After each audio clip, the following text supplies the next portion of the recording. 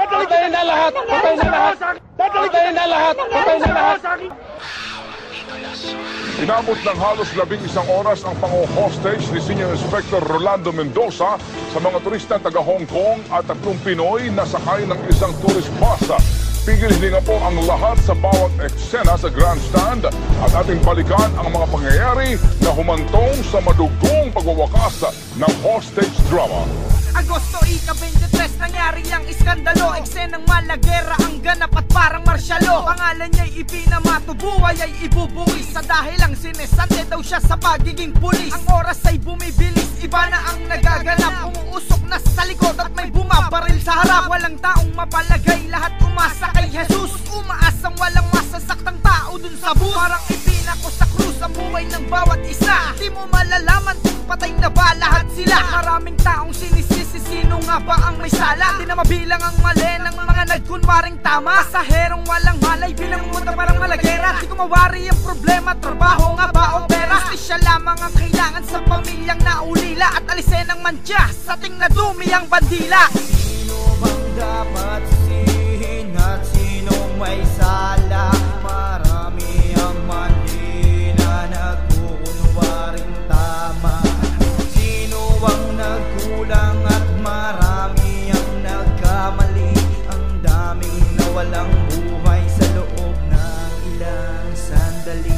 Ilang turista ang pumasyal sa bansang Pinas para magbakasyon. Sakay sila ng isang bus. Hindi nila akalain na may nag-aambang panganib nang pumasok ang lalaki at isa-isa nang nagpanib. At para bang sinaniba na nagpabago ng sistema na ang masayang pamamasyal ay mauuwi lang sa trahedya. Bawat eksena ay malagim at nag-isa na pagkatakot. Isang lalaking wala sa sarili sa kasamaan ay nagpasako. Kung may superhero lang na sinasabing tagapagligtas, wala na sanang biktima sa bus, lahat sana'y ligtas. Hindi matanggap ang sinapit ng mahal nila sa buhay. Isang malamig na lang na bangkay ang iuuwi sa bahay. Luha ay hindi mapigilan, galit ang nangingibabaw ng pamilyang nauli na para bang mundo nila ay gumunaw. Hindi matanggap ang nangyari sa puso nila'y tagos na ang hostage na nangyari ay madugong magtatapos. Sino bang dapat sisihin at sinong may sala?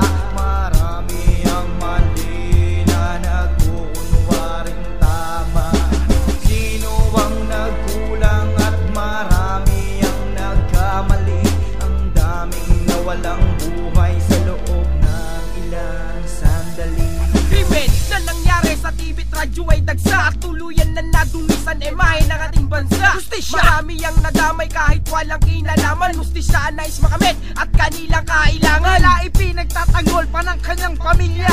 Ang pulis na umastang Robin Padilla. Kunyaring pelikula ang ganap ng pulis na aktor, pero totoo ang lahat at walang direktor. Anong klaseng batas ang umiral at bakit nagkagato? Anong klaseng demonyo ba ang sumapi sa katulad mo? Ilang oras kong pinanood at aking nasaksihan, kasindak-sindak na pangyayari at madugong karahasan. Maraming naghinagpis, marami ang lumuha dahil sa hustisya na hindi pa nila makuha. Masaklapan tong tanggapin, parang pinsala ng unos. Basta't huwag kalimutan na magtiwala sa Diyos. Sino bang dapat sisihin at sinong may sala?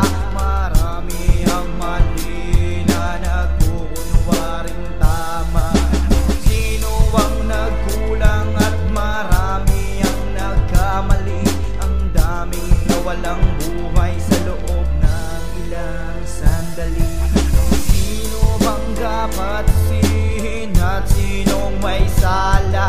Marami ang mali na nagkukunwaring tama.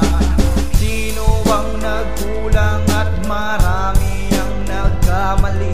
Ang daming nawalang buhay sa loob ng ilang sandali.